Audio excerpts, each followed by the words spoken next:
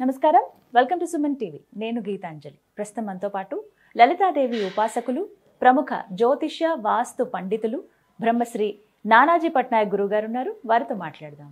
గురుగారు నమస్కారం అండి. శ్రీమాత్రే నమః. నా స్నేహితురాలు ఒక ఆవిడ, యా చాలా అంటే అనుకోని కష్టాలు ఆవిడకి, కుటుంబ పరంగా కావచ్చు, సంసారికంగా కావచ్చు, ఎన్నో రకాలుగా ఆర్థికంగా. ఇంకా ఎంత డౌన్ అయిపోయారంటే ఆవిడ డిప్రెషన్లోకి వెళ్ళిపోయే పరిస్థితి. అయితే ఒక దేవాలయానికి వెళ్ళినప్పుడు ఒక అయ్యగారు ఆమెకి చెప్పారు, లలిత పఠించుకోమ్మ రోజు, చాలా అమ్మవారు ఎప్పుడు తోడుగా ఉంటుంది, మీ కష్టాల నుంచి బయటకు వేస్తుంది అన్నమాట. అప్పటి నుంచి తను చదవటం ప్రారంభించింది. అయితే మధ్యలో ఏదో కారణాల వల్ల మళ్ళీ ఆగాల్సి వచ్చింది. ఆ చదివేంత ఇది కూడా లేదు తనకు, అంత సమయం కానీ అంత ఆపుతూ ఉంటుంది. అంటే దేనికంటే ఇలా ఎందుకు జరుగుతుంది అసలు? మీరు మంచి ప్రశ్న వేశారమ్మా. ఎందుకంటే ఇది చాలా మంది నన్ను అడుగుతుంటారు, ఇవాళ మీరు అడిగారు ఈ వేదిక మీద. ఇక్కడ ఏంటంటే ఫస్ట్ ఆఫ్ ఆల్ వాళ్ళకి కర్మస్ ఉంటాయి, అంటే పూర్వజన్మ సుకృతము కర్మ. ఈ కర్మ మనల్ని ఆపుతూ ఉంటుందమ్మా. మనం ఒకటి చేద్దామంటే మనకి ఒక భగవంతుడు అనే ఒక ఎనర్జీ ఎలా ఉందో, భగవత్ సంబంధించిన పాజిటివ్ ఎనర్జీ ఎట్లా ఉంటుందో, మన కర్మ ఎనర్జీ కూడా మనల్ని పట్టుకుంటుంది.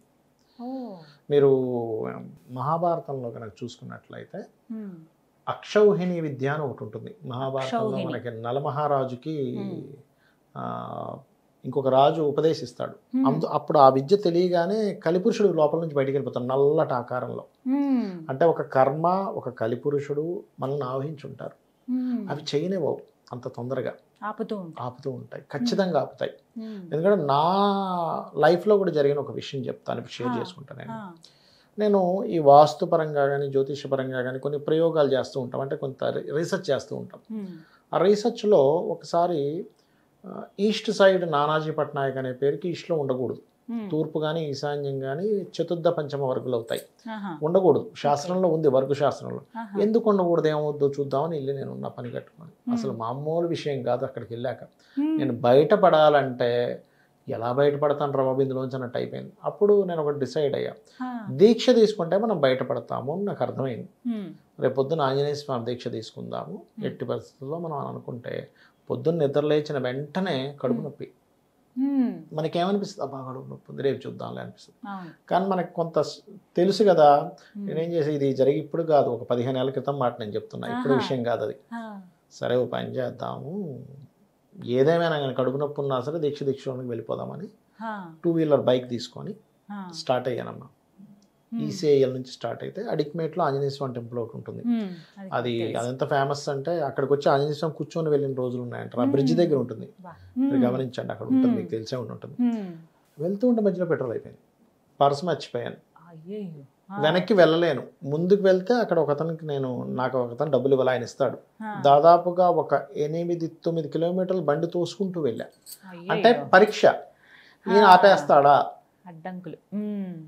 అలాగే తోసుకొని డౌన్ వచ్చినప్పుడు బండి మీద కూర్చొని, అప్పు వచ్చినప్పుడు తోసుకొని వేసుకొని వెళ్ళి దీక్ష ఇలా తీసుకున్నానమ్మా. దండ ఇలా మెడలో పడిందని పోయి కడుపు నొప్పి పోయింది, అన్ని ఎక్కడ ఎగిరిపోయింది నాకే అర్థం కాలేదు. అంటే ఏంటంటే మన కర్మ పరీక్షిస్తుంది దేవుడు కాదు, అక్కడ మన కర్మ ఆపుతూ ఉంటుంది.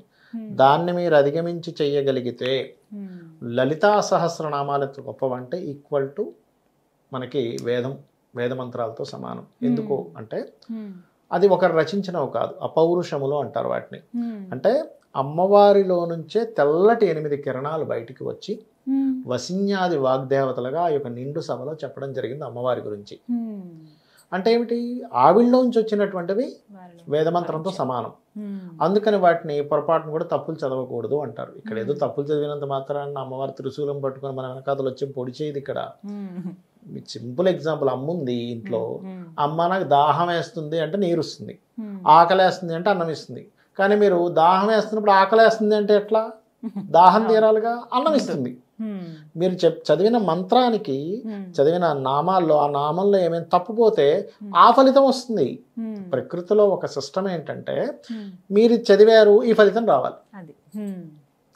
ఆ ఫలితం తప్పు చదువుతున్నారని, అంతేగాని అమ్మవారికి ఏదో కోపం వచ్చేసాడు, ఆవిడ ఏదో తాండవం ఆడేయడం, మీరు ఒక అక్షరం తప్పు పడికారని ఏమీ ఉండదు. ఆవిడ చిన్నపిల్లల్ని చూసినట్టు చూస్తుంది మనల్ని. ఏదో చిన్నపిల్లడు ఏంట్రా వీడు ఇలా పలుకుతున్నాడు అన్నట్టు అనుకుంటుంది. ఆవిడికి తెలుసు అంతా, సర్వజ్ఞ అంటారు లలిత సహస్రనామాల్లో. కాబట్టి ఏంటంటే తప్పు చదవకూడదు, అక్షరం పులిపోకుండా చదవాలి. మనం ఆ ఫలితం మనకు ఆ వస్తుంది ఫలితం కాబట్టి. వస్తుంది. అంతేగాని మనం అమ్మో తప్పు చదివితే అమ్మవారికి ఏదో కోపం వచ్చేసింది, అది కాదు అసలు, కాన్సెప్టే కాదు. అమ్మ దగ్గర భయం ఏంటి మనకి, పిచ్చి కాకపోతే. అయితే ఇప్పుడు ఇందాక అన్నట్టుగా Yeah. అంటే ఒకటే అడిగారు మా స్నేహితురాలైనా, ఇంత చదవలేకపోతున్నాను, ఏవైనా కొన్ని మంత్రాలు కావచ్చు, ఇవి నేను నిత్యం పఠించుకునేలాగా ఏమన్నా ఉన్నాయా ఉందమ్మా, అని. ఉన్నాయి. చాలా మందికి అవసరం అండి. ఇప్పుడు చూడండి అమ్మా, ఉద్యోగం నేను అసలు చాలా కొన్ని వందల వేల మందికి వచ్చిందమ్మా ఉద్యోగం గురించి. అందులో చాలా ఉంటాయి, 2 చెప్తాను నేను మీకు. ఒకటి, ఓం మాణిక్య మకుటాకార జానుద్వయ విరాజితాయ నమః. అంటే అమ్మవారి మోకాళ్ళు మాణిక్యములతో చేసినటువంటి మకుటాల్లాగా ఉన్నాయట. దీనికి ఏంటండి, ఇది చదివితేనే ఎందుకు ఉద్యోగం రావాలి అంటే, జ్యోతిష్ శాస్త్రంలో ఈ 10 స్థానాలు ఇవి, 12 స్థానాలు శిరస్సు నుంచి పాదాల వరకు, ఇది 10వ స్థానం. జ్యోతిష్ శాస్త్రంలో 10వ స్థానానికి వృత్తి స్థానం అంటారు, కెరియర్ స్థానం, 10వ స్థానం. అమ్మవారి మోకాళ్ళకి సంబంధించినటువంటి మంత్రం చేసుకుంటే ఆ వ్యక్తికి మోకాళ్ళ బాధలున్నా తగ్గుతాయి, కెరియర్ పరమైన ఇబ్బందులున్నా తగ్గుతాయి, ఇబ్బంది వస్తుంది, తగ్గుతుంది. అలాగే లలిత సహస్రనామాల్లో మొదటి నామం ఉంటుంది, ఓం శ్రీమాత శ్రీ మహారాజ్ని శ్రీమత్ సింహాసనేశ్వరి నమః. అది చేసుకోవచ్చు. అయితే నేను మీకు ఒక చిన్న విషయం చెప్తాను, ఆ సందర్భం వచ్చింది కాబట్టి. మా ఇంటి దగ్గర శివాలయం ఉంటుంది, అక్కడ ఒక 65-70 ఏళ్ళ వయసున్న ఒక మహాశివభక్తుడు ఆయన, గవర్నమెంట్ ఎంప్లాయీ, రిటైర్డ్. ఒకరోజు అనుకోకుండా ఈ మంత్రం నేను ఒక యూట్యూబ్లో చెప్పాను, మాణిక్య మకుటాకార జానుద్వయ విరాజితాయ నమః అనేది. ఆయన వెళ్ళంగానే, సార్ మీరు చెప్పారు, నాకు భలే మోకాలు నొప్పులు తగ్గాయి అన్నాడు. ఆయనకి 70 ఏళ్ళు ఉంటాయి దాదాపు. షాక్ అయ్యా, ఏం చేశారు అన్న. మీరు చెప్పారుగా మాణిక్య మకుటాకార జానుద్వయ విరాజితాయ నమః, నాకు ఎప్పటి నుంచో 10 ఏళ్ళ నుంచి మోకాలు నొప్పులు ఉన్నాయండి, లలితా సహస్రనామాలతో సంపుటీకరణ చేశాను, నాకు ఇప్పుడు మోకాలు నొప్పులు లేవన్నాడు. అప్పుడు నేనైతే మని ఏమిటి ఇది, అది ట్రూ, అది సత్యం. ఈ అమ్మవారి మోకాళ్ళను తలుచుకుంటే మీకు మోకాళ్ళ నొప్పులు ఎందుకు ఉంటాయి, ఆ యోగం అక్కడికి వచ్చి పట్టింది, అక్కడ అవుతుంది. అట్లాగే ఫైనాన్షియల్ గ్రోత్ కావాలి, ఓం సంపత్కరీ సమారూఢ సింధుర వ్రజ సేవితాయే నమః. అంటే సంపత్కరీ అమ్మవారు సింధురములు అంటే ఏనుగులతో పాటు లలిత అమ్మవారి చుట్టూ తిరుగుతూ అమ్మవారిని సేవిస్తుందని అర్థం, దీని అర్థం. అది చేసుకుంటే సంపదలు పెరుగుతాయి. అప్పులు ఉన్నాయి, ఓం అపర్ణాయే నమః. అంటే పర్ణములు విడిచిపెట్టింది అమ్మవారు. అపర్ణ అంటే పర్ణము విడిచిపెట్టినటువంటిది. అంటే ఆకు కూడా, ఎండిన ఆకు కూడా తీసుకోలేదట. ఆకులకు ఎవరు కారకుడు జ్యోతిష్ శాస్త్రపరంగా? బుధుడు. అప్పులు ఎవరికి వస్తాయి? అప్పులు ఎక్కువగా బుధుడు పాడైతే అప్పులు పెరుగుతాయి, న్యాచురల్ 6th లార్డ్ కాబట్టి. అందుకని ఏమిటి, ఎవరైనా సరే అపర్ణా మంత్రాన్ని చదువుకుంటే అప్పులు తీరుతాయి. అట్లా 1 కాదు 2 కాదు. ఇప్పుడు రోగ సంబంధించినవి, ఒక క్లయింట్ అయితే మీరు నమ్మరు, అసలు ఇంకా దానికి జబ్బుకి ఒక మెడిసిన్ లేదు, అది ఎట్లా తగ్గుతుందో కూడా అర్థం కాదన్నారు. సంథింగ్ ఏదో పేరు చెప్పాడు, నాకు గుర్తు రావట్లేదు. నేనేమన్నానంటే, ఎందుకే బాధపడతావు, సర్వవ్యాధి ప్రశమని సర్వమృత్యు నివారణి అగ్రగణ్య అచింత్య రూప కలికల్మష నాశిని చేసుకోబోతుందన్న. అంటే ఆయన ఫస్ట్ రోగాలు ఈ డాక్టర్ల దగ్గర ఎట్లా తగ్గుతుందండి, చేసుకో, అవన్నీ ఎందుకు, నువ్వు చేసుకో అంటే చేసుకుంటా ఉన్నాడు. ఒకసారి అతని ఫ్రెండ్ ఎవరో కలిశాడు, అతనికి కలిసి దీనికి హోమియోపతిలో మెడిసిన్ ఉందండి అని ఒక హోమియోపతి డాక్టర్ దగ్గర తీసుకెళ్ళి అది సెట్ చేయించాడు. అది హోమియోపతిలో ఉండే గొప్పతనం ఏంటంటే, జబ్బుకి ఇవ్వరమ్మా మెడిసిన్, తత్వానికి ఇస్తారు. అందుకే ఆ వ్యక్తి గురించి మొత్తం ఇన్ఫర్మేషన్ అడుగుతారు. మీరు ఎలా బిహేవ్ చేస్తారు, మీరు కోపం వస్తే ఏం చేస్తారు, స్వీట్స్ తింటారా, లేకపోతే చలేస్తే దుప్పటి కప్పుకుంటారా, ఫ్యాన్ వేసుకుంటారా, వేసుకోరా, మీ ఇది అన్ని అడుగుతారు. అప్పుడు అడిగి వాళ్ళ తత్వం తీసుకుంటారు. తత్వం తీసుకొని ఆ తత్వాన్ని మ్యాచ్ అయ్యేటువంటి లక్షణాలకి ఒక మెడిసిన్ ఉంటుంది. తత్వం సెట్ అయిపోతే సోల్ లెవెల్లో ఉంటుంది, క్లియర్ అయిపోయింది ఆయనకి. రూట్ కాజ్ వెతుకుతారు. అంటే ఏమిటంటే, ఒక మంత్రం ఏం చేస్తుందంటే, మీకు మనుష్య రూపేనే ఇక్కడ అమ్మవారు తిరుగుతూ ఉంటుంది, మళ్ళీ స్పెషల్గా ఏం రాదు. ఆ మనుష్య రూపంలో ఒక వ్యక్తి బస్సులో పరిచయం ఎలా చేస్తుంది, ఒక ఫ్రెండ్ని పరిచయం ఎలా చేస్తుంది, ఆ వ్యక్తి నుంచి ఇంకోళ్ళకి వెళ్ళి ఎలా చేస్తుంది. నా జీవితంలో జరిగింది అంతదాకెందుకు, నాకు సయాటికా వచ్చింది ఒక 8 ఏళ్ల క్రితం. సయాటికా వచ్చి ఏమిటి అసలు, కూర్చొని యుఎస్లో ఉండే స్టూడెంట్స్ క్లాసులు చెప్పేవాడిని. అది ఇలా ఉన్న కుర్చీలో కూర్చోవడం వల్ల ఏమైంది, ఒక 2 నెలలు కంటిన్యూస్ కూర్చుంటే నరం పట్టేసింది. రాహులో కేతు నాకు అర్థమైంది, రాహులో కేతులో ఇట్లా అవుతుందని నాకు కొంచెం ఒక సెన్స్ ఉండేది, కానీ ఇట్లా వచ్చేసింది అని నాకు అర్థమైంది. ఒక 2 నెలలు అట్లాగే బాధపడ్డాను, 1-2 నెలలు. డాక్టర్ దగ్గరికి వెళ్తే పెయిన్ కిల్లర్లు వేసుకోమన్నాడు, అది ఇది ఇట్లా కాదులే అని ఒకరోజు కూర్చొని మా అమ్మగారు లేరు, అప్పటికే స్వర్గస్థులు అయ్యారు, శివైక్యం చెందారు. ప్లస్ అమ్మవారిని తలుచుకున్న ఆ రోజు కూర్చొని ఏమిటమ్మా ఏమిటి బాధ, ఈ నొప్పి ఏమిటి, కూర్చుంటే లేవస్తే కూర్చోలేను, ఇక్కడ నుంచి అక్కడికి వెళ్ళాలంటే 15 నిమిషాలు టైం పట్టేది, ఏమిటిది అని అనుకొని సరే అలాగా అమ్మగారిని తలుచుకున్నాను కదా, ఒకసారి ఏదైనా బ్రాహ్మణుడికి స్వయంపాకం ఇచ్చేసి వద్దాం తలుచుకున్నా, ఎందుకు అనుకున్నాను అని అనుకొని మా ఇంట్లో ఒక ఫ్రెండ్ ఉండాలి, వచ్చాడు అప్పుడే నాతో డిస్కస్ చేస్తూ ఉండేవాడు. ఆయన ముస్లిం పేరుకి కానీ ఆయన హిందువులాగే ఇది చేసేవాడు. ఆయన వచ్చాడు, ఇద్దరం కలిసి బండి మీద వెనకతలు కూర్చోండి, ఆలి ఆయన పేరు, పట్టుకొని కూర్చోండి, నేను వెళ్ళి అక్కడ ఇచ్చేద్దాము, నేను బండి నడిపిస్తా అన్న. ఇలా వెళ్తే శివాలయం ఇంకా ఓపెన్ చేయాలి ఈవినింగ్, ఇంకొంచెం ముందుకెళ్తే బ్రాహ్మణులు అందరూ అక్కడ కూర్చుంటారు, ఎవరెవరికి ఇచ్చేద్దామని వెళ్ళాం. వాళ్ళు లేరు, ఏంటో విచిత్రం, పెట్రోల్ అయిపోయింది బండిది. చూడండి అంటే భగవంతుడు లేల చూడండి ఎలా ఉంటుంది. పెట్రోల్ అయిపోతే నేను ఏం చేశాను, మీరు పని చేయండి, ఒక డబ్బా తీసుకెళ్ళి పెట్రోల్ తీసుకురండి, నేను ఇక్కడ కూర్చుంటాను, ఎవరైనా వస్తారుగా ఇక్కడికి, నేను ఇచ్చేస్తాను, మీరు అంతలో పెట్రోల్ తేండి, నేనైతే ఇప్పుడు నడవలేను, ఉన్న బాధ ఇలాంటిది అంటే ఆయన వెళ్ళాడు. ఓ బ్రాహ్మణుడు వచ్చాడు, అయ్యా ఇట్లా మా అమ్మగారి గురించి ఇస్తున్నానని ఇచ్చేసా, దక్షిణ ఇచ్చే దండం పెట్టుకున్నా. అక్కడ కూర్చుంటే మీరు నమ్మరు, అదేదో భగవత్ లీల ఎలా ఉంటుందో చూడండి. అక్కడ రాయింది కూర్చున్నా, నేను అదే ఏరియాలో కొన్ని సంవత్సరాల నుంచి ఉంటాను కానీ అక్కడ హోమియోపతి డాక్టర్ ఉంటాడు నాకు తెలియదు. కూర్చుంటే హోమియోపతి హాస్పిటల్ అప్పుడే ఇలా షటర్ తీశారు. షటర్ తీస్తే ఇదేమిటబ్బా హోమియోపతి, అంతకుముందే నాకు ఒక జ్యోతి ప్రకాష్ అని ఒక క్లయింట్ మాటిమాటికి అనేవాడు, మీరు హోమియోపతి చూపించుకోవచ్చు కదా, హోమియోపతి చూపించుకోవచ్చు కదా. నాకేంటంటే అప్పటి వరకు హోమియోపతి మీద నమ్మకమే లేదు, అదేదో సంవత్సరాల తరబడి వాడే మెడిసిన్ అనే ఫీలింగ్ నాకు.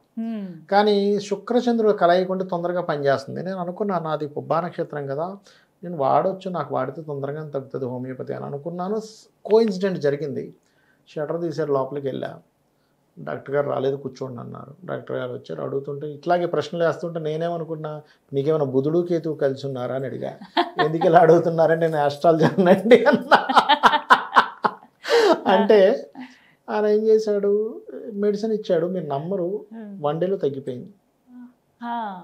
అలోపతి డాక్టర్స్ అంటే అలోపతి డాక్టర్ని ఇక్కడికి నేనేం కించపరచట్లేదు, పాపం వాళ్ళ కృషి వాళ్ళు చేస్తారు, అందులో అద్భుతంగా డాక్టర్స్ ఉన్నారు, తప్పు పట్టట్లేదు ఎవరిని కూడా.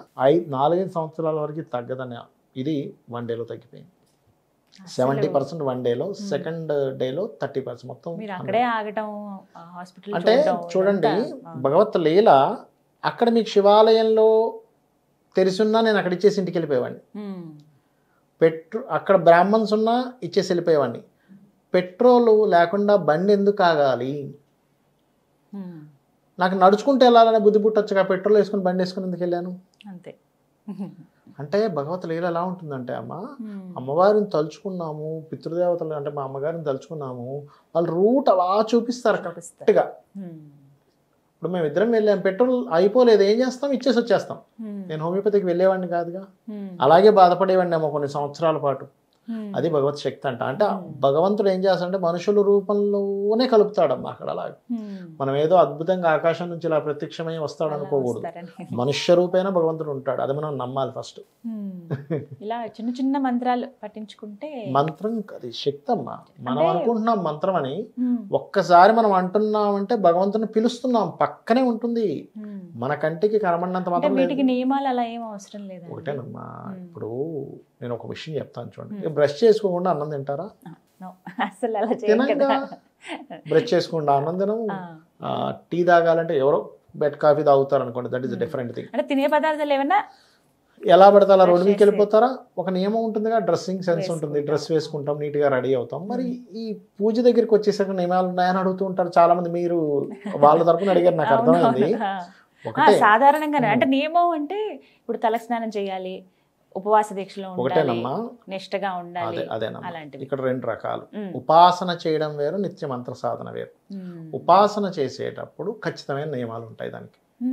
ఉపాసన ఇస్ డిఫరెంట్, నిత్య దేవతారాధన ఇస్ డిఫరెంట్. ఇప్పుడు మీరు చెప్పినటువంటి మంత్రాలు నిత్య దేవతారాధనలుగా చేసుకోవచ్చు. ఎన్నిసార్లు? నేను ఎప్పుడు ఒకటే మాట చెప్తాను, మీరు సంఖ్యలకి పెట్టుకోకండి. మీరు మాల తిప్పుకునే అలవాటు ఉంటే మాల తిప్పండి. అన్నిటికంటే బెస్ట్ ఈజ్ పగడమాల. పగడంతో కనుక మీరు జపం చేస్తే అది 1,00,000 రెట్లు ఫలితం ఇస్తుంది. పగడానికి ఉన్న గొప్పతనం అది. ఒక్కొక్క దానికి ఒక ఇది చెప్పారు, విశిష్టత చెప్పారు. పగడం చాలా ఎక్కువ ఫలితాలు ఇస్తుంది. తొందరగా మంత్రం మీకు సిద్ధించాలంటే పగడమాల బ్రహ్మాండంగా పనిచేస్తుంది, శాస్త్రంలో ఉంది. నేను చెప్పేది కాదు ఇది. అది ఏ మంత్రమైనా ఏ మంత్రమైనా ఇప్పుడు మీరు చెప్పిన మంత్రాలు ఏవి కూడా అంటే గురూపదేశం తీసుకోవాల్సిన అవసరం లేదండి, ఇట్లా మీరు స్పష్టంగా చెప్పింది పలికి చేసుకోవచ్చు. ఇందులో బిజినెస్ ఇంప్రూవ్మెంట్స్ కావాలి, ఓం ఇంద్రగోప పరిక్షిప్త స్మరతూనాభజంగికాయే నమః. బిజినెస్ ఇంప్రూవ్మెంట్ అవుతుంది, లైఫ్లో సక్సెస్ వస్తుంది. మనసు బాగాలేదు, ఓం మనస్వినియే నమః. లేదంటే ప్రతి పని మధ్యలో ఆగిపోతుంది, ఓం అష్టమి చంద్ర విభ్రాజ అలికస్థల శోభితాయే నమః చేసుకోవచ్చు. ఇట్లా ఒకటి కాదు, ఓల్డ్ అని ఉన్నాయి. ఇప్పుడు చూడండి, కొంతమందికి ఎన్ని పూజలు చేస్తున్నా సరే వాళ్ళకి యోగించట్లేదు అనే ఒక బాధ ఉంటుంది చూసారా. వాళ్ళకి ఏమవుతుందంటే అమ్మ, దానికి దేవతా శాపము అంటారు. దేవతా శాపం ఉంటే అలా జరుగుతూ ఉంటుంది. అలాంటప్పుడు ఏం చేయాలంటే ఓం హరనేత్రాగ్ని సందగ్ధ కామ సంజీవన ఔషధి చేసుకోవాలి. అంటే హరుడు నేత్రము చేత దగ్ధమైనటువంటి ఆ యొక్క మన్మధుణ్ణి అమ్మవారు మళ్ళీ కేవలం రతీదేవి కనబడేలాగా చేస్తుంది. అంటే ఏంటి, హరుడు అంటే ఈశ్వరుడు యొక్క అనుగ్రహం కోల్పోయాడు. ఎవరు రక్షించాలి? అమ్మ రక్షించాలి. మళ్ళీ అక్కడ ఆవిడ రక్షించాలి. ఇప్పుడు తండ్రి వీడు స్కూల్ రాయలేదు, వీడికి అన్నం పెట్టకంటుంది అంటాడు. తల్లి ఏం చేస్తుంది, అరే పర్లేదు రా, ఇది తినేసి నువ్వు రాసేసి నేను నాన్నగారికి ఏదో చెప్తాలే అంటుంది. అట్లా అమ్మవారు అట్లా కాపాడుతుంది. సో ఈ విధంగా అన్నమాట, చిన్న చిన్న మంత్రాలే మనకి తోచినంత పగడమాలతో చేసుకుంటే చేసుకోవాలి. మీరు మంత్రం చేసేటప్పుడు ప్రతి మంత్రం మీరు పఠిస్తున్నప్పుడు వింటుంది అనే భావంతో చేయాలి, ఫీల్ అవుతూ చేయాలి. మనం ఒక సినిమా చూస్తుంటే ఎంత ఎంజాయ్గా చేస్తాం, ఒక కామెడీ మూవీ చూస్తున్నాము, ఎంత బాగుందో నవ్వుకుంటాం చూసారా, ఆనందంగా చేయాలి. ఇంకోటి ఏంటంటే ఏ జీవికి కూడా లేనటువంటిది మనుష్యుడికి ఉంది. మీరు వేరే జన్మలు ఎత్తితే ఈ జ్ఞానం ఉండదు, భగవంతుని తలుచుకోవాలని ఉండదు, ఏముండదు, తరించడం ఉండదు. కేవలం మనుష్య జన్మ ఒక్కటే మీరు తరించాలంటే వేరే జీవులకి లేదు. అది చక్కగా వివరించారు గురుగారు, ధన్యవాదాలండి. శ్రీమాత్రే నమః.